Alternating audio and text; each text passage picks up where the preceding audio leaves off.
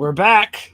It's time to talk some ACC football here on the Ourlads Scouting Show. Dave Syvertsen, Hayden Russell. How's it going, guys? Pretty good, Greg. How are you? Doing good. Another week means we're getting another week closer to the start of the season.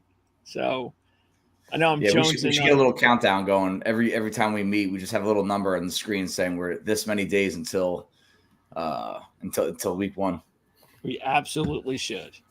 So yeah, before you know it, what is it? It's early June. Before you know it, we'll be thinking about training camp, and then that's really when it all begins. So, all right, if you haven't joined us before, this is our this is going to be our sixth video over the fact that we have already concluded talking about the SEC and the Big Ten offense, defense on separate videos. We had a couple of videos we had to do, though, for the Big Ten.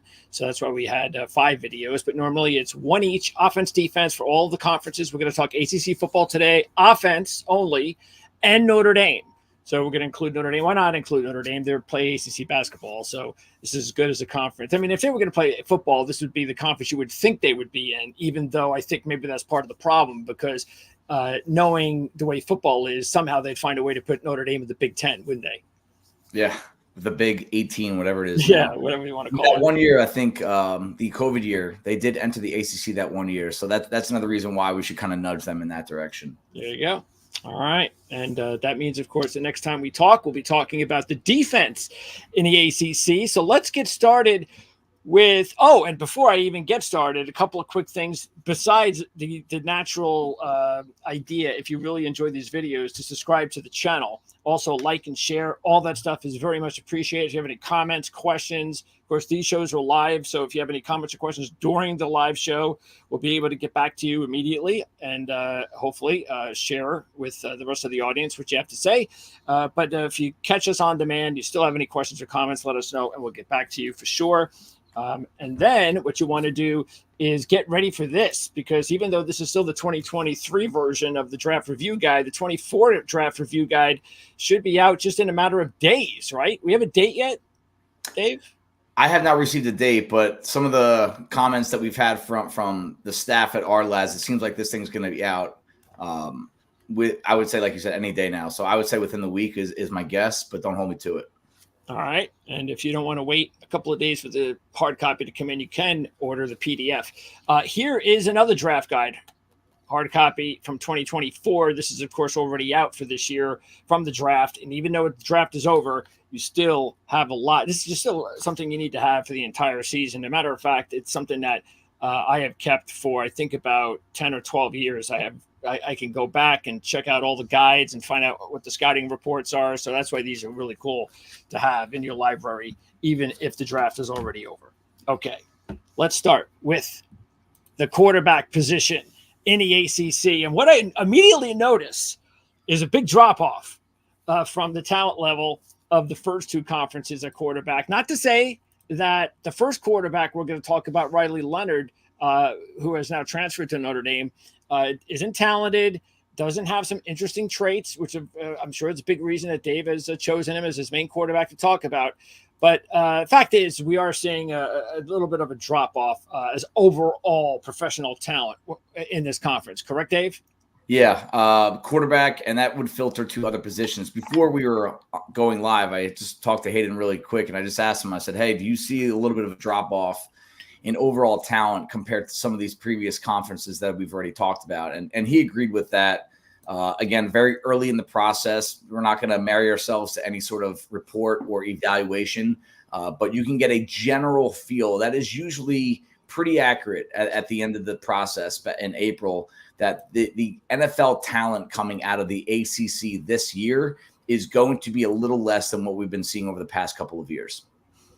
All right. What do you like about Leonard? And this is a big opportunity for him, as well as a few other guys that we'll be talking about and have already talked about. They get these opportunities now to either go from the group of 5 to the power 5 or the FCS to the FBS.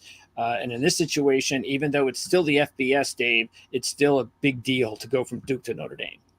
Yeah, I mean, I just think the pressure alone of playing at Notre Dame as opposed to Duke, it's going to challenge Riley Leonard in ways that he has not been challenged yet. He has performed well in one games on a big stage. If you remember that win at home against Clemson last year, he has played against very good defenses over his career. But I look at two things here. How will he respond to that week-to-week pressure playing at Notre Dame? But also, how does he respond to playing with some more talent? This is a big thing. I mean, we saw Jayden Daniels. He went from Arizona State to LSU, and that was held against him in some ways by some evaluators saying that, oh, he had Brian Thomas and Malik Neighbors to throw to. But I actually upgraded him a bit, saying, hey, now that he has real NFL caliber talent, look at what he's doing. So I think that's one thing that Riley Leonard could benefit from among being under that weekly national spotlight, that high pressure, prestigious position of quarterback at Notre Dame. This is a kid that was a big-time basketball recruit in high school. The local coaches and basketball scene in Mobile, Alabama, said this kid was on the trajectory of being the top high school basketball player to ever come out of Southern Alabama. Wow. So we're not just talking about a nice local story. He ends up picking Duke over Nebraska. He had the same private quarterback coach as Daniel Jones. So a little bit of irony there. I think that's probably part of what pushed him to Duke. He gets the starting job in 2022, and he ends up being one of the top dual threats in the country. At this time last year, I remember watching his 2022 tape and saying, I'm excited about this kid. I think this kid can be better than Daniel Jones. And let's not bring into the picture what Daniel Jones has done in the NFL right now. Just as a prospect, I was viewing him as a better player, or potentially a better player. 2023 did not go nearly as planned. He only played in 7 games. It was marred by injury, but all of his passing metrics went south. And the eyeball test, it was not pretty. I had high expectations for him going into the season last year. And every time I watched, I just did not see a lot of NFL throws on tape. A lot of skittish footwork. He evaded the pocket way too soon because he knew he was a dual athlete. And that's kind of what he relied on leading up to that point. A lot of his production came from just really simple, one read plays where the guy was kind of, predetermined to be opened. I do think, though, there was one glimmer of hope that his production and quality of play in 2-minute offense was outstanding. And sometimes that was, to bring up another former Giants quarterback, Eli Manning, that was where he shined the brightest. Yeah. And that's kind of sometimes where you say, hey, this kid has it. There might be a coaching deficiency or a talent deficiency around him. The 2-minute drill kind of takes out some other factors that might not be his fault. So that's one thing I kind of held on to. The biggest issue beyond I want to see improvement is the ankle. He had surgery in January. He had to have another surgery here in March, just a couple of months ago. So while they are saying he will be ready for the season, it's something to monitor, especially for someone that relies on his legs as much as he does. So you really couldn't find anything specifically why you think before the injury, and I'm not sure if the injury occurred early in the season and then it finally kind of broke later, or what the situation was, because his numbers looked really awesome in 2022. Yeah. So was there something that was there anything that you could just pinpoint and say, well, there wasn't as much talent, or he was really banged up all season, anything? Even when he wasn't banged up, I just wasn't impressed with the arm talent, the ball location, the zip on the ball, making throws across the hash. It seemed very manufactured, very difficult, very unnatural. I mean, compared to 2022.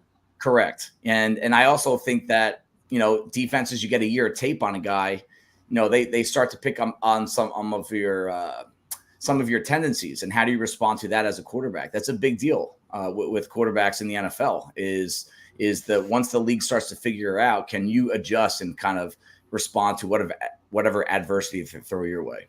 Okay. All right. Well, like you said, though, coaching could have a lot to do with it, too. And I don't think he's going to have any excuses now that he's in Notre Dame. So it's put up or shut up time. And And like you said, how does he handle the pressure? Well, hey, look, it's going to be even more pressure in the NFL. So if he can't handle it at Notre Dame, then that's a bad sign. Yep. All right, Hayden. So you're going to check out a player who most of the country has a hard time pronouncing his name, but it's DJ Uiagalelei. Would that be correct? Uiagalelei from Florida State. He's on his 3rd team, by the way, in 3 years, and I'm not sure if that's a good thing or not. But why'd you pick him? Yeah, absolutely, for sure. I think it's really interesting because maybe even the top quarterback in the ACC this season and Cam Ward, neither of us are talking about. Could be Riley Leonard, could be Cam Ward. I highly doubt it'll be DJ, but his story is just too fascinating to look at, in my opinion. He has one of the craziest stories in all of college football. For those who don't remember, he was kind of looked at as the heir to the throne behind Trevor Lawrence while he was at Clemson, had a really fascinating freshman year. And just since then, I think the whole country has been keeping an eye on him and just where he's been going. For those who don't remember, back in 2020, he ended up starting 2 games for that Clemson team, Trevor Lawrence's Clemson team. And in his first start, I know we talked about Notre Dame being in the ACC back during the COVID season. That was actually his first start was against Notre Dame. They were number 4 in the country. He showed up and threw for 439 yards and 2 touchdowns. They ended up losing the game, double overtime, heartbreaking loss. And then the next week against Boston College, threw for over 300 yards, 2 touchdowns as well. But since those 2 games in his freshman season, just to put it bluntly, he just hasn't lived up to the hype. Since those 2 starts during the COVID season, he's only thrown for over 300 yards once in 3 seasons. He threw for more interceptions than touchdowns in his first season as the full-time starter back in 2021. He just simply hasn't looked like the quarterback that, we saw glimpses of when he was backing up Trevor Lawrence and just in limited action. He ended up transferring to Oregon State this past season, a little bit more run-oriented, a little bit more 12 personnel, tried to make some easier throws for him. Thought it was interesting at Oregon State for those, who were following football back in the 80s and 90s, might remember some of your favorite quarterbacks, Joe Montana, Dan Marino, taking snaps under center, and backpedaling out rather than going through their footsteps. They use that a lot at Oregon State. I thought that was pretty interesting, but it's just something that you don't see many quarterbacks do. Anyways, I digress. Just looking at his tape, like I said, didn't live up to the hype. Sloppy mechanics in some areas. He had some problems getting the ball downfield. He was late getting the ball out on some short throws and stuff. With all that said, he has some traits that are really hard to teach, including his toughness. It's really hard to teach how tough he is in the pocket, how tough he is as a runner. He stands tall. He took some really big hits, some monster hits without budging to complete some passes that I thought was really impressive. He fit the ball into some tight windows on the sideline, also really impressive and really hard to teach. Made some difficult throws with pinpoint accuracy while on the run as well, so able to move around, throw on the run. Big, powerful body, and not afraid to get hit when he's running the ball. With all that said, just lots of misses on tape. For example, I watched the Washington tape. I mean, there were just misses all over the field, and he doesn't really have the production to back up his resume. However, like I said, he does possess a few traits that might intrigue an NFL team that are really hard to teach, and it'll be interesting to see how he performs at Florida State this season.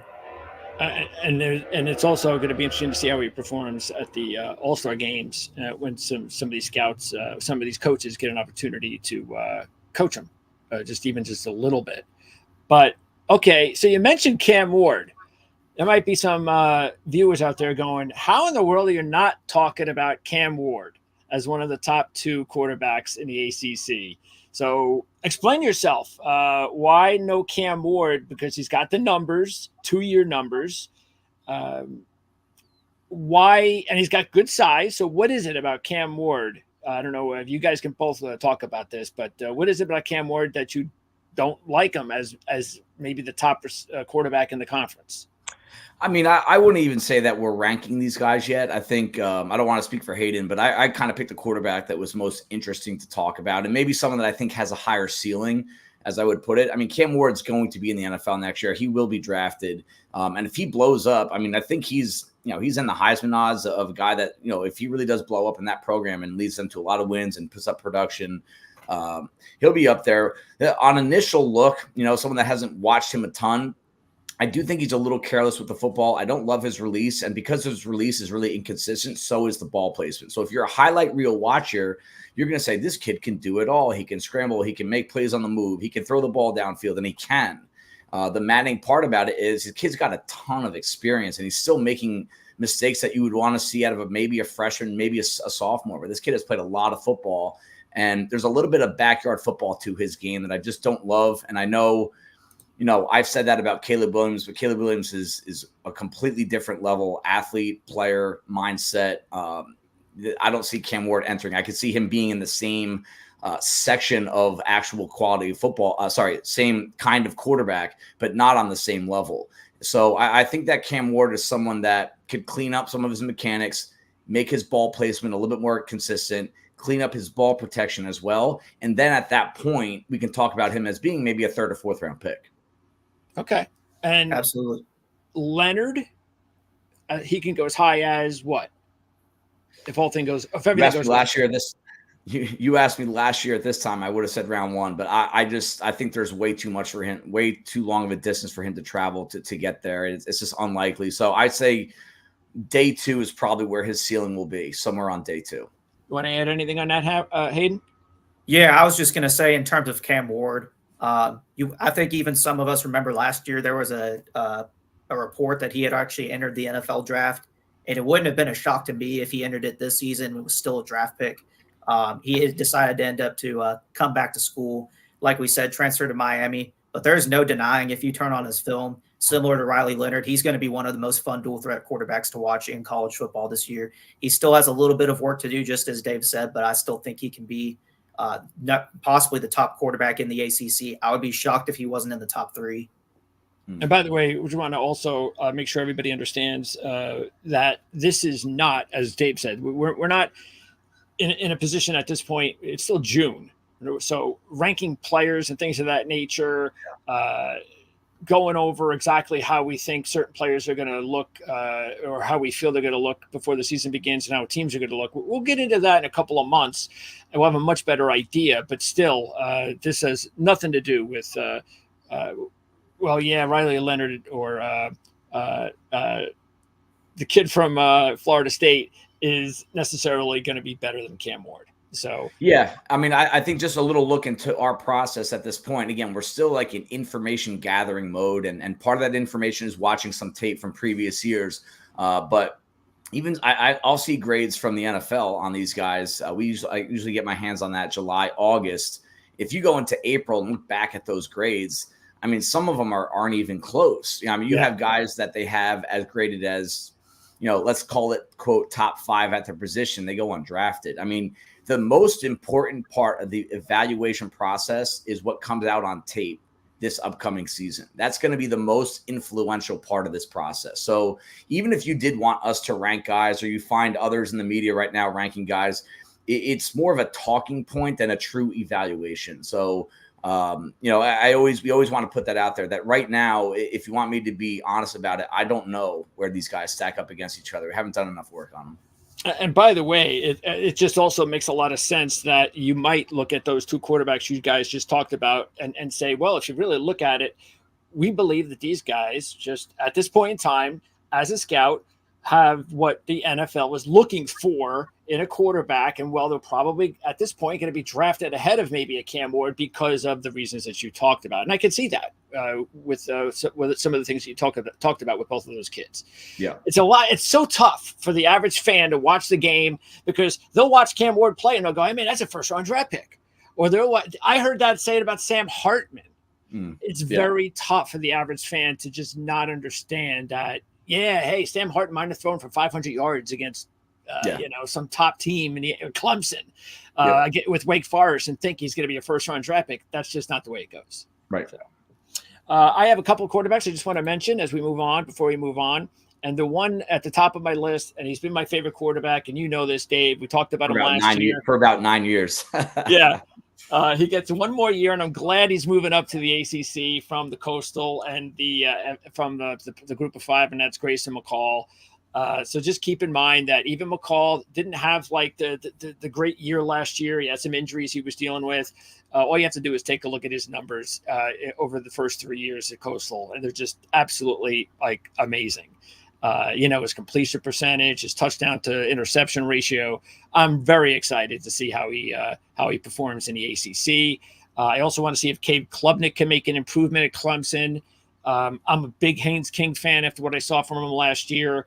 Didn't look good at Texas A&M as a big recruit. Loved what he did at Georgia Tech because he's got great athleticism as well. And a couple of other kids just to look forward to. Again, not pro prospects, but Kyron Drones from Virginia Tech and Thomas Castellanos from BC, both very athletic quarterbacks that did a really good job for their teams last year or so. But McCall is definitely the one out of those guys that I still believe has a chance to be, a moderately drafted quarterback if he has a good year in the ACC. So yeah. A lot to gain there. Yep. All right, let's now move on to the running back position, and I'm going to start with you, Hayden. So Jaydn Ott from California is going to – and this is a great opportunity for a player like Ott to get away from California where nobody watched him play football, and now half the year he's going to get the opportunity to, go on the road and play East Coast time and make a name for himself. Yeah, absolutely. I think you said it best. I think there's a lot of people who aren't going to know who he is just because he played in the Pac-12, a lot of Pac-12 after dark games, and he wasn't playing for a powerhouse in the Pac-12. I wouldn't consider Cal to be in that top echelon of football teams right now in that conference. So, but if you don't know who Jaydn Ott is at this point, you are at some point going to know who he is. He was first team all Pac-12 this past season, entering his junior season. He's been the full-time starter in both of his seasons of college football, now entering his third season. When turning on the tape, the first thing that's going to stand out to him is his size. He's only listed at 6 foot, 210 pounds, which is pretty good size for a running back. Maybe nothing to write home about, but he's built like an ox. He is really muscular. He looks really big. I was surprised that he was only listed at 210 pounds. He's very tough to bring down in space. He churns his feet on contact. He's going to fight for yards after contact. Cal ran a lot of gap scheme as compared to zone scheme. So for those who might not know what that means, gap scheme is more centered around trying to open up one specific hole to try and get the running back to. And maybe if that hole closes up, then looking to bounce it. Whereas zone is going to be more of a read base, trying to find an opening using your eyes, using your vision.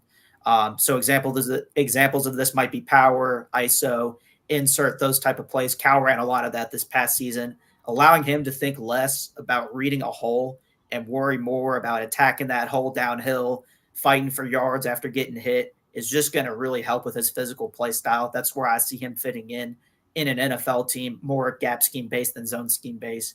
And it makes defenders really a nightmare to tackle him. Thought he had good lateral agility, shifting the gaps, quick movements. He had notable burst at the second and third level to separate. He's also going to be an asset in the passing game too.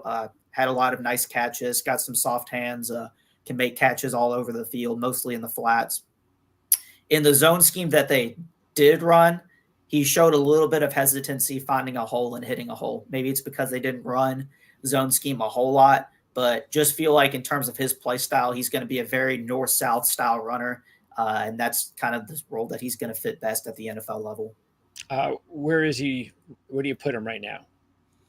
Second round, third round? I think as we've always said, it's a little preliminary right now. I would definitely have him at least day 2 at this point. He has the potential to go up to day 1, though, with a great season. He does. Mm-hmm. Okay. All right. Dave, Omarion Hampton, North Carolina, coming off a really big season, and now he gets the opportunity to get the spotlight all to himself. And because if Drake May wasn't there last year, we would have been talking about this kid a lot more. Yeah, one of my favorite players that I've seen so far, just from a projection to the next level perspective. Maybe not a Heisman finalist, although he could be. Maybe not the most explosive highlight reel guy, but this guy's game translates to the next level. And I'm very confident in saying at the worst, he's going to be a day 2 pick as well. I mean, this running back class overall nationally is probably going to be the best we've seen in a long time. You know, we just got done seeing a draft last year where the running backs, we waited a long time to see the top 5 guys come off the board. And they started to come off pretty quickly. And I know the position itself is being devalued, but part of it was there just wasn't that much running back talent in the draft last year. But Bijan Robinson, Jahmyr Gibbs, you know, those guys both going in the top 15 in 2023 and producing at a level that they did right away, you know, teams want that. And there's going to be plenty of running backs in this class to provide that. This kid's going to be one of them. So not only are we talking ACC here, Omarion Hampton is going to be one of the top 3 to 5 backs in the class nationally. Yes, he was under that Drake May spotlight for a while. Now he's going to be the lead dog. This kid led the ACC in rushing last year.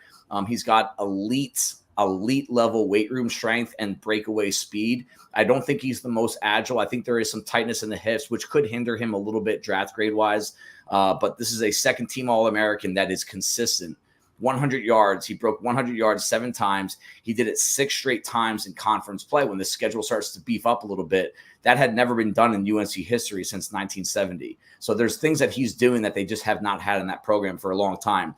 The yards after contact in the Power 5 conference, like so yards after contact per rushing attempt, he was number 1 in the Power 5. The margin between him and the next guy, all right, second place in that situation, was bigger than any margin in the top 30. So he was truly in a league of his own when it came to making contact with defenders and getting yards after. And that's my number one trait I look for in running backs is what do you do on your own after contact. 6 fumbles, though, over his career. It's too high. And that's a big deal. He was on the wrong side of one of the best highlights we saw in Nate Wiggins' tape last year, where he was breaking towards the end zone. Wiggins tracked him down from down the field, that sub 4.3 speed, and knocked the ball loose right at the goal line. That was him. But if he can clean up the ball security and show that he has a little bit more fluidity in his hips, I mean, you're talking day 1, week 1 starter at the next level. He's caught 34 of 37 targets. He's an outstanding blocker. I mean, it's check after check after check with this kid. All right. So it sounds like, though, he is still, though, a peg down from being an elite level type. Yeah, I don't see him going out there and running a sub 4.4, and I don't think he has the receiving ability of a Bijan or Jahmyr Gibbs. But I would say the tier under those guys, right, where – yeah, you could see him sneak into the top 32 overall. You got to be a special player to be a first-round running back. Sure. But he has potential right now. If you told me give me 5 guys that might be RB1 next year, he's on that list. And there's the pros and cons, too, is that last year's offensive line for North Carolina wasn't all that good. Right. But you wonder how much it helped him to have Drake May and everybody worried about Drake May. Yeah. Now I think they're going to be concentrating on him more than likely. Yeah, there's 2 things. I think the offensive line talk about North Carolina got a little overplayed because I don't know. I don't want to go too off track here. I just felt like Drake May was everyone's like little brother that they're just constantly trying to defend. The offensive line, and he didn't have a good supporting cast. Like this kid's going to be a top 45 pick. They have a tight end that's going to get drafted. He had Devontae Walker. He had Downs the year before. He had a lot more talent than a lot of college quarterbacks do. And I don't think the offensive line was as bad. They weren't good, but it was not USC bad. It was not Colorado bad. And I think Hampton's success kind of showed that if they were that bad, he would not have had this kind of success. So that's true. We know Mac Brown can coach. Yeah, absolutely. I know he's not the coordinator, but I know he can coach. But they also have a really good coordinator. But you got to have an offensive line to put up passing and rushing numbers together. So, all right, best of the rest. I want to mention some of these guys. LeQuint Allen from Syracuse, because he was a 1,000-yard rusher. Also has put up some pretty good stats in the receiving department. Another Georgia Tech player. Jamal Haynes. And I'm telling you, Georgia Tech is going to be a really nice under-the-radar team this year. Even though they had success last year getting to a bowl, I think they're going to be even better this year. Haynes was, again, a 1,000-yard rusher, 6.0 average per rush. Maffa, the senior running back from Clemson, now that Shipley's gone, but keep in mind, Shipley was not the leading rusher last year. It was Maffa who led with 965 and 13 touchdowns. And then a couple other guys, one I want to point out is Brashul Tootin from Virginia Tech. He's a senior. What's really good about this kid, 863, 10 touchdowns, but also 2 kick return touchdowns. Keep in mind at North Carolina A&T, before he transferred to Virginia Tech, he had 1,363 yards in 2022 with 13 touchdowns. So, and again, with the quarterback drones, with Tootin coming another year, keep an eye on Virginia Tech. And these are a couple of kids, the quarterback and the running back, you want to keep an eye on. And by the way, Jordan Waters, who led the Duke Blue Devils in rushing last year with 819 and 12 touchdowns, has transferred to NC State. So Grayson McCall and Jordan Waters, a couple of transfers. They're going to try to make NC State a credible team once again in that conference. Anybody before we move on that we left out, sort of like a Cam Ward type, or any of the players that I mentioned that you want to comment on, guys, before we move on? Not much. I mean, I don't have much on those guys yet, but Greg, thanks for putting those lists together, because that'll be the next time I get to the ACC offense. Those guys will be the guys that I circle in on. All right. So I do an extensive amount of work looking at HBCU schools. I actually worked for an HBCU All-Star game. So Tootin was actually someone that's been on my radar for a long time. Remember when he ran for, as you said, 1,300 yards at North Carolina A&T, and I'm really not surprised that he's been so great at Virginia Tech, and definitely someone we're going to be talking about come next draft class. And that kick return ability is going to, especially, who knows, we're all waiting to see what goes on in the NFL this year. It's going to be really big for college kids moving on and how they get drafted. If it turn, it winds up being a really big deal in the NFL special teams. Okay, let's talk about wide receivers. Dave, we're going to start with one of two really talented receivers at Miami. They got a quarterback now. But they've had these two wide receivers, including Xavier Restrepo. And Restrepo is just one of these guys that you just know is going to succeed in the NFL because he does all the little things just so well. He's got great hands. And I don't know where he's going to get drafted. But, again, Dan Shanka, of course, from our big dad. Every year when I would talk about, like at this time of year or before the season started, when we would talk about kids, especially at wide receiver or running back, he would always say, if I asked him those questions, where are they going to get drafted? I got to know his 40 time. I got to know his 40 time. That would always be the one bit. Let's see what he runs. But anyway, Restrepo is definitely one of these kids. Depending on his 40 time, he could be a really, really high draft pick.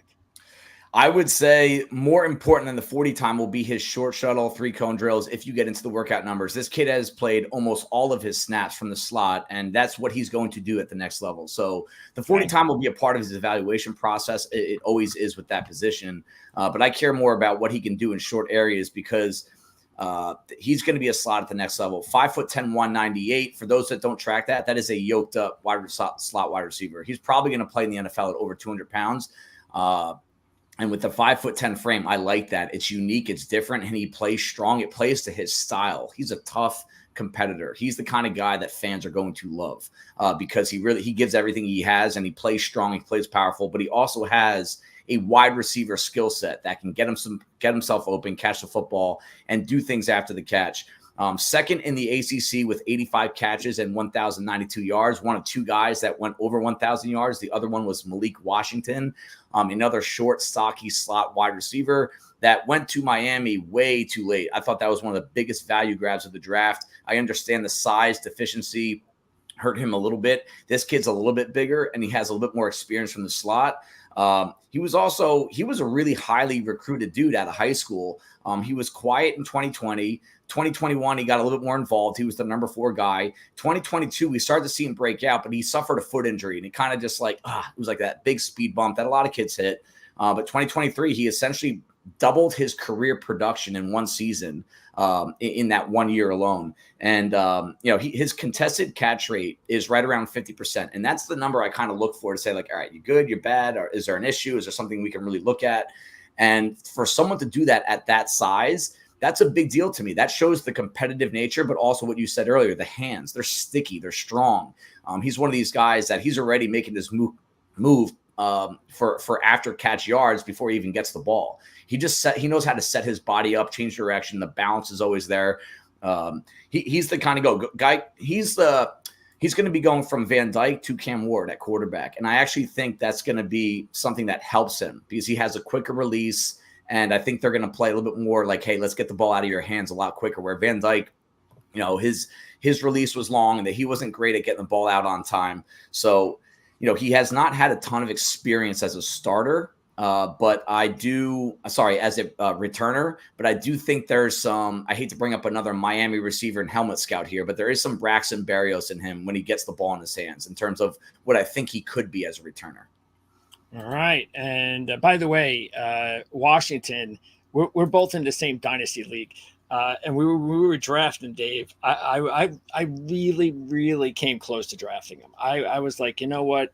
I know that Miami's got their loaded at wide receiver, but and now all of a sudden you're hearing these like positive reviews. The coach just loves him. It's like, oh, I wish I could have drafted him. So if you haven't had your rookie draft yet in the dynasty leagues, I think he's probably going to be available like around round 4, maybe. So I think Malik Washington is the kid you want to take in your dynasty league. So. I put my stake on that kid, and it's going to be hard for him to get on the field early, but it's okay. The draft. That's why it's a dynasty league. Yeah. Good job by you. Yeah. So, all right, next up, Hayden, and then we're going to go back because you guys both have two receivers on this list. So tell us a little bit about Elic Oyumanor from Stanford. Ayo Manor, yeah, I don't blame you for that one. Definitely nothing like it. Ayo Manor, there you go. Yeah, absolutely, for sure. Very little was known about Elic Ayo Manor heading into the 2023 season. His freshman year in 2022, I don't believe he even appeared in a game, was a red shirt. And then coming into this season, especially starting off early, his first couple of games had some pretty standard games, nothing that would really flash. Ended up going into the Colorado game. I believe it was the 5th game of the season or something like that, nationally televised on a Friday night. First half had 0 catches for 0 yards. So maybe, they were down by a lot. I think it was 26-0 pretty early on in the game.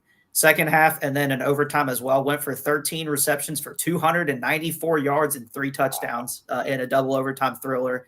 One of the most dominating performances I have ever seen by a college receiver ever in college football. I mean, they would single him up into the boundary. They would have all the receivers to one side to the field, single him up in the boundary, and there was no one on Colorado that could stop him, even Travis Hunter. He actually mossed Travis Hunter, pinned the ball to his head, and brought it in or backed him up for a touchdown in overtime. It was truly like he was totally unguardable by anyone on Colorado's roster the whole game, which was crazy for someone who hadn't even eclipsed over 100 yards in a game, like in his entire career up to that point. He ended up coming away with a couple other 100-yard games during the season, but that was certainly the cherry on top of his season, most certainly. He's listed at 6'2", 210 pounds, bigger receiver, physical against press coverage. He's going to be a deep threat. Takes long strides in space. Excuse me. It's going to make him a threat, like I said, in the open field. Fluid hips, had some really nice routes, especially his comeback route was really deadly. The one thing that I'm really concerned about, I don't have the specific numbers to back me up on this. Just watching his tape a couple games, had a lot of drops. There were a bunch that just went straight through his hand. There were a couple that he ended up catching, but it was a bobble. It should have been a really easy catch, ended up bobbling it. I really need to see him consistently make catches. Maybe it was just the couple games that I watched. He had a couple more drops than he typically has, but it showed up enough for me that it became somewhat of a concern. Would also like to see him be a little bit more physical at the catch point. So I don't really blame you if you don't know exactly who he is. Played for a 3-9 Pac-12 team this past season, but in 2024, he's a player that needs to be on your radar. Is he a third-year sophomore? He would be a third-year, redshirt sophomore. Okay. Yep. All right. Now, I'm going to go over the best of the rest, and that's going to include the other two receivers you guys want to talk about. So we've got freshman All-American ACC Rookie of the Year, only a freshman, so he's not eligible for the draft in 2025, but that's somebody that, again, we have to point out, that's Kevin Casey Concepcion from NC State. So we've already talked about NC State players in both positions and now all three positions. So they could be real exciting this year. He had a huge year as a freshman, obviously winning freshman of the year. Malachi Fields or Malachi Fields, I have no idea how he pronounces that name, from Virginia. Jacoby George, we talked about Restrepo's teammate. That's Jacoby George. He had 864 and 8 touchdowns. Jordan Moore from Duke. He had a nice year. Also, he's actually had very consistent last couple of years. And another really big freshman All-American to keep an eye on, once again, Georgia Tech, Eric Singleton Jr., who had a monster year as a true freshman. You guys also have added in Colin Lacey from Louisville, South Alabama transfer. It's his 5th year. He led the South Alabama Jaguars with 91 receptions, 16 receiving, and 7 touchdowns. And Dave, you wanted to talk about Bo Collins from Clemson. He doesn't have like these big numbers. He's been pretty consistent. He's like steadily getting better each year. But I guess if Klubnik has a big year, do you believe Bo Collins is going to be the one that really grabs the most receptions? Yeah, I mean, that's the way to put it. If that offense turns it around, he's going to be a big part of it, because I do think he is the most talented pass catcher. If you just said, hey, if all these kids in the ACC hit their upside, where's this kid going to end up? He's going to be very high. And because the movement traits off the line, the way he attacks the ball, the speed, the vertical, it's all there. What he lacks is a developed skill set. It's inconsistent. He drops way too many balls, and I don't think he knows what he's doing as a route runner, and I don't think he knows how to read coverage either, because it looks like he just has hesitation in his game, and that's a position you can't have hesitation. There's got to be feel. There's got to be reaction. But when his best tape, it's like what we talked about earlier with DJ. When his best tape, it looks nice, and you can just see it right away. So there's traits to his game that if Clemson does turn it around, he'll be a big part of it. And we know that there's not going to be anybody that is going to push him off receiver one, if he is receiver one from last year's team, because they don't bring in transfers at Clemson. So he's going to be the guy. Before we move on, Hayden, Colin Lacey, you had an opportunity to check this kid out at South Alabama. Now he gets to play for Louisville.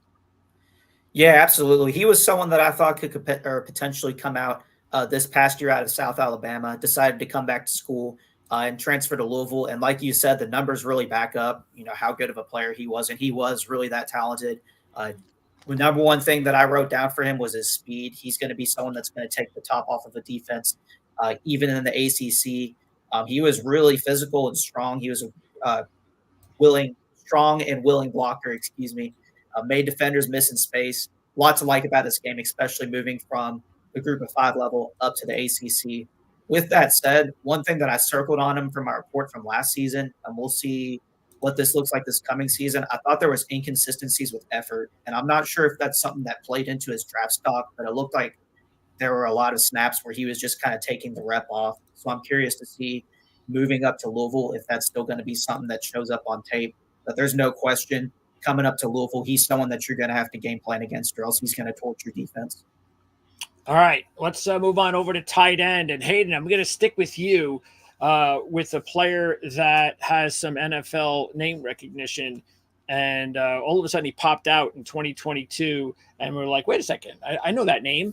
And then sure enough, he had a big year, over 1,000 yards receiving in 2022, Rondé Gadsden from Syracuse. Unfortunately, he had the injury last year and wasn't able to keep pace, but he's back. I guess the big question, though, is I know he's listed as a tight end. He plays a lot in the slot.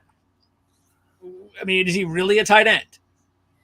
That's actually the big question that I had coming into it. At what point do we start to differentiate these big slot receivers and tight ends? Because I think it's kind of unfair to call him a tight end at 223 pounds, where he's really more of a big receiver, playing the same position as a guy like Rob Gronkowski, who's going to be someone who's going to drive an edge defender off the line of scrimmage. So at some point, I think with all of these big slots coming into the league, we're going to have to differentiate what are we talking about here when we're referring to tight end. Is he a big slot? Is he someone that's going to be down in the trenches, playing in line that can uproot a defensive end? So just going into that, just something that I had on the top of my mind. His role in the NFL is definitely going to be as a big slot receiver. Now, Syracuse did use him a little bit in line this past season, but a lot of his reps came outside, as you can expect. And as you talked about, he suffered a season-ending injury in week 2 of this past season, so didn't really get to see a lot of what he could do or a lot of what he worked on the offseason. But there's no denying his talent. I mean, he's the single-season leader in receptions and receiving yards for a tight end in Syracuse history. He was a consistent workhorse for the offense. Like you said, comes from a football family. A lot of pieces there for him to, really to have success at the next level. Now, despite his smaller frame, I would say, he was still a willing blocker on the perimeter. He had quick feet. He even helped out a little bit in pass protection as well, which I thought was interesting.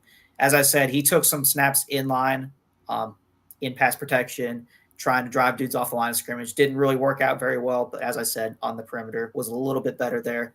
I would expect him to be exclusively split out at the next level. Excellent body control when catching passes. He was able to make catches all over the field, getting up over top of defenders, fluid hips as a route runner. Now, his strength as a blocker, I still think is something that he needs to work on. As I said, he was still able to hold his own out on the perimeter. He wasn't really able to uproot and move linebackers or even defensive backs like safeties and stuff really against their will. So that's probably going to be his number one strength moving forward. But as a receiver, wouldn't say he's the complete package yet. Still has a couple things he needs to work on. But if you're looking for someone that can come in and be a big slot receiver at the next level, he's going to be one of those top guys you're looking at. Yeah, because really the NFL, they're going to look at him as a slot receiver, I'm sure. So, and that's definitely going to bring down, if you rank him as a tight end, he's going to be really high. If you rank him as a receiver, he's going to come down, of course, because he's not a wide receiver really, but he still has a lot of talent. We get that. Therefore, what are you looking at? Is right now is like a middle round type of prospect, slot receiver type? I'd say middle rounds would be probably right. Late day 2, early day 3, maybe even middle day 3. We'll see. I still think the window is really open with him. We didn't get to see what he got to do. Really didn't get to see him play almost at all this past season. I think we're just going to need to see what he's been developing and working on over the past 2 years before we can, put pen to paper. And even though we know he's more than likely going to be a receiver at the next level, what should he work on then? As a receiver, what should he work on then to be better? Sure, absolutely. As I said, his strength was one of his bigger problems, I would say. So in terms of getting, coming in contact with defenders, he wasn't someone that's going to be a big yards after contact guy. I also thought with the ball in his hands, he was a little bit limited with yards after the catch as well. So maybe something he could work on as well, trying to make defenders miss in space. And we'll see where he goes from here. All right. And now we're going to talk about a real tight end from Notre Dame, Mitchell Evans, but another player that went down with an injury last year, unfortunately, because he was having a monster season before he tore his ACL, Dave. Yeah, I'm excited about the 2025 tight end class nationally. Just put out a video on our YouTube channel about the 5 names that I'm looking at. You guys go check that out. And Mitchell Evans is in there. I was actually excited about this 2024 class because I thought of some of these guys were going to be coming out, but 2 of them got hurt, and Luke Lachey that we talked about and Mitchell Evans. And Evans is a guy that, in a year after Michael Mayer, I found myself asking early in the year, did they downgrade at tight end or not? I thought he had that kind of upside, that kind of potential. 6'5", 260, high school quarterback, accomplished basketball player. That's a great background for this position. He played in that Michael Mayer shadow for a couple of years. He actually made a name for himself as their QB sneak rusher. I want to make sure I get these numbers right. 6 of his 7 rushing attempts were either a first down or touchdown. And he had more rushing attempts than catches early on in his career.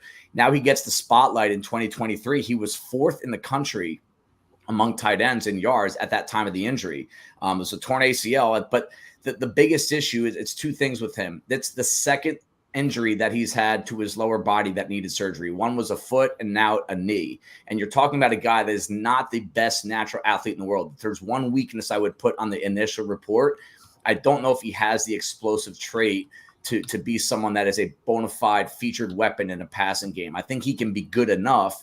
But that was something that I was kind of a little intrigued by or unsure about, was how athletic is this kid really? Dan Shanka says, all right, what was the 40 time of the receiver? Then I'll make my eval. That's becoming an important question to ask at tight end now because of the way the game's being played. So, but at that size, the ability to play in line, the ability to play the slot, the ability to block, I'm not going to say he's moving guys, but he does stay on them. I'm just hoping he stays healthy for all of 2024 because I want to see what he can do week in, week out. He's one of these guys that I think can end up being a top 50 pick. All right. Well, the next player, actually, he's not as big. He's just as tall, I believe, that I just wanted to throw out there. But he's also, I'm not sure where he fits, but I'm sure he's a tight end because I think he's about 235, and that is the kid Nisbet from North Carolina. I guess the big deal is, of course, no Drake May, even though I'm a really big fan of Max Johnson's. Like, not that he's going to be some career player, but I just like the kid's makeup. I think he's really, I think he's going to be a really good quarterback for North Carolina. No Drake May, I get that. But still, somebody that is going to lead an offense. So I think Nesbitt should be okay there. Matter of fact, he might even prosper better with Max Johnson, who's not really a deep down the field type of guy. But anyway, I don't know if you guys had anything on Nesbitt, because I'm sure he's going to be one of the top tight ends in the conference. Yeah, definitely a tweener. Like you said, undersized. He's going to be one of the slot tight ends, Dalton Kincaid type body, not a Dalton Kincaid type prospect, but really soft hands, good route runner. I thought that Drake May really gravitated towards him in big moments, 3rd down near the end zone. And that tells me something. It also tells me something that he didn't, I think he was eligible to come out last year, if I have it correctly. And the fact that he didn't tells me that they have something at that quarterback, because a lot of times you'll see receivers follow their quarterback to the NFL because they don't want to say, you could hurt your draft stock if you don't have quality quarterback play on tape, and it kind of prohibits you from really showing what you can do. So I think they're going to have a good season. I think they're going to have a good offense, and he'll be a big part of it.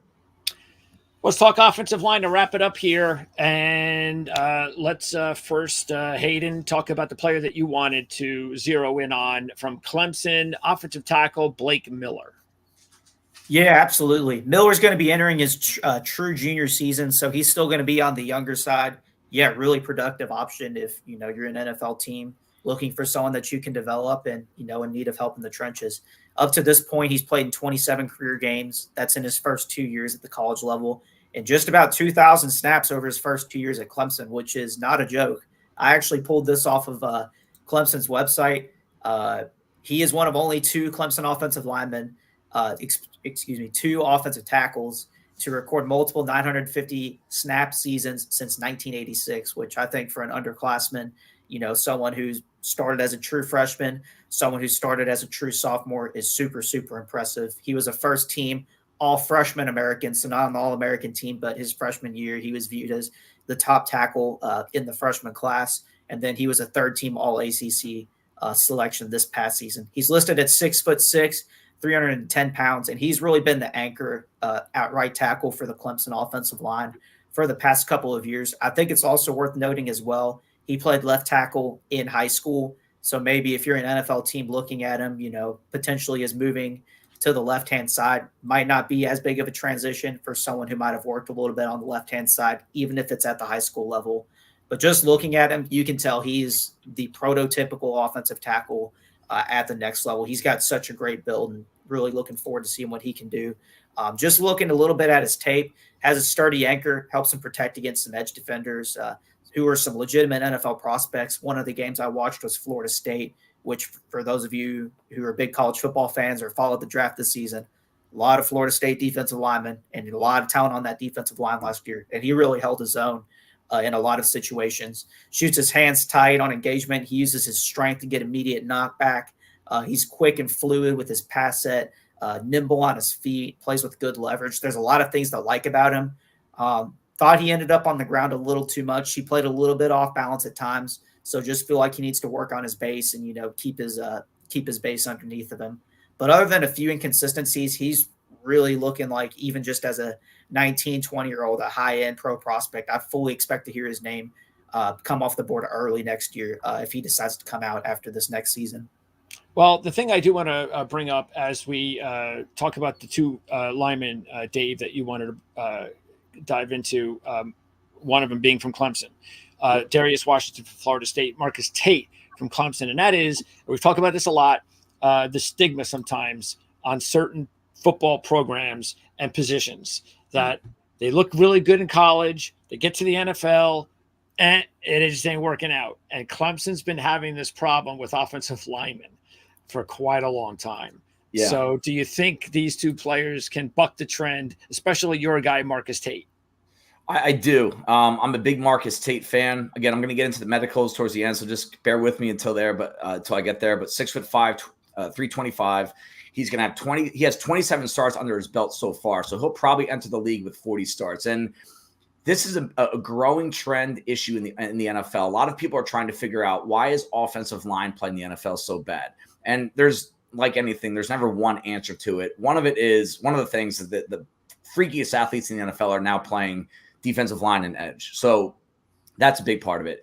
The other part of it, and this comes from NFL coaches that I've spoken with, that with the new rules in terms of how little they are allowed to practice, and now they're taking away a preseason game, it is so difficult for offensive linemen to truly develop, because you only have so many snaps and so much time on the field now, that these kids come out of the league and some of them have never literally been in a 2-point stance before, including high school. There's just so many mechanical issues that can arise when these guys are trying to develop at the NFL level. So I think experience is something that we might need to weigh a little bit more, especially on these Power 5 levels. And Marcus Tate's going to be one of the most experienced. Both these guys I'm going to be talking about are some of the most experienced offensive linemen. Tate he's going to have 40 starts under his belt if he stays healthy this year. in 2021, he started on the offensive line in the opener against Georgia. And that was only the third time since 1972 we've seen someone from Clemson do that. This kid was an NFL prospect the second he stepped on the field. He tore his MCL in 2022. He sprained his MCL in 2023. So he has 2 straight years of knee issues. The second one not being structural in terms of needing a surgery that have prevented him from finishing out the year. But 0 sacks, 0 penalties in 2023 in the 8 games. This size, his mechanics, and how clean his techniques are like an excellent starting point for him. He's going to be one of the biggest and most physical dudes up front along the interior. He's played pretty much all left guard. He's got some snaps at left tackle. He'll be an interior player at the next level. I love how he's really difficult to get him off his point. He wins off the snap over and over. He's really good at staying latched on to guys and being able to adjust his weight left to right. He rarely looks like he's a guy that's falling off balance. Florida State tape as well. That's one I watched as well, Hayden. Pass protection, he was solid. The run game, it did seem like he was guessing a little bit and got eaten up alive a little bit by the second level defender. So that's something I want to keep an eye on as we get closer to the year is can he get a little bit better at the second level, especially, depending on what scheme he gets drafted into. That's going to be a big deal. Speaking of Florida State, you also wanted to bring up Darius Washington. Yeah, one of my favorite guys in the class. And he was a starting offensive lineman on an FSU roster where Cam Akers was the leading rusher. This guy's been there. This is his 6th year. And he redshirted. He played like the maximum amount of games as a true freshman in 2019. 2020, you get the eligibility back. So this kid is going to enter the NFL with 6 years of substantial football. And I need to get an age on him. A lot of times these guys enter the league at like 24, maybe even 25. I don't have an age number on him yet. It'll be July when I get that. But this kid, he's going to be one of the most versatile linemen in the class. He's played every position other than left guard. So he has played center, and that's where I actually caught my attention last year. He started center against Southern Miss and BC last year because of injuries up front. And that's when I started seeing he was a 5th-year guy. So I'm saying, hey, this guy might come out. That's when I started to put him into my stacks because of what he did at center, knowing that he had previous experience at other positions. He crushed it there. They moved him back out to left tackle. The coaching staff, when you watch interviews, what they talk about him, they love him. They call him a future All-American, leader of the group, guy that, hey, he'll show up on Monday, play tackle, show up on Friday, play guard, and on Sunday he'll show up and play center, and he doesn't skip a beat. Those guys in the NFL are so valuable. Another guy that is really clean on tape as well. No penalties in 2023, not one, despite the amount of action that he played on. Mechanically, he can sit, he can sink his hips and keep his chest upright, staying in a really overly balanced position. And what he does that's really important at the next level is he recovers. You're not always going to win off the ball, especially at the next level, and that's okay. But if you have the ability to re-anchor and recover and, hey, I initially lose my position, but I can get to where I need to be, he does that at a high level because there are some ugly snaps. I don't think this kid's a first rounder by any means. He might not even be a day 2 pick. This kid might be like round 4, especially if he's a little bit older. But he's one of those guys that high floor, low ceiling types that you know what you're getting out of him, and that's really important for the offensive line depth. All right. And then there was only one other player I wanted to mention myself, and that's Willie Lampkin, the North Carolina interior offensive lineman who was a center at Coastal, transferred last year to the Tar Heels, played guard. So I'm assuming that's where he's going to play again this year, but I don't know. But anyway, Lampkin was somebody that I noticed that somebody we should probably keep an eye on. I don't know what you guys either think about him or any other offensive lineman that you just want to throw in there that we should keep an eye on before we wrap things up. Hayden, have you watched him, Lampkin? I have not watched him, no, but I have heard of him. I think he's listed at 5'11", if I remember correctly. Like he is really? Is short. Yeah. And it's really rare for an offensive lineman to get drafted at that height, but he's a good player. He did look short. I watched Drake May a lot last year, and I remember thinking he's on the short side, and Grayson McCall the year before. But he's good. He's productive. He's very small, and I don't know what that's going to do to his overall length numbers. And again, some teams value this more than others, that if you don't hit a certain point with your wingspan and or length, you're not even going to be on the radar. So I'd be curious to see where he measures in. We should get those numbers at some point over the summer. Yeah, he is listed at 5'11", as far as I could tell at this point. That's unique. Yep. So we'll see. All right, so that's going to wrap it up here for offense. ACC Next show will be on defense ACC. Not sure when that's going to come out, but that's why we would appreciate it if you could subscribe to the channel. And again, if you enjoy these videos, subscribing to the channel, you got the notification there to get the alert for whenever the next video and all our videos will be coming out, as well as, of course, commenting, sharing the videos, and liking the videos as well. So yeah, let us know what's on your mind, questions, comments, anything that you'd like us to talk about, especially since we've got just an amazing group of scouts here at Ourlads. That, matter of fact, Dave will be with us again real soon. I'm sure actually John will be with us again real soon. I don't want to get the Coopers mixed up. I always do. But Cooper will be with us again, I'm sure. And we'll be looking forward to talking ACC defense next. And then it'll be on to the Big 12. And I guess that's it. I guess we'll talk a little bit of the Pac-12, or we'll figure out some way to maybe throw in those 2 Pac-12 teams, as well as a few of those independent teams that still have some talent. So that's going to wrap it up, guys. Appreciate it, as always. Thanks for checking in. And I guess we'll be doing this again next time. Yep. Thank you, guys.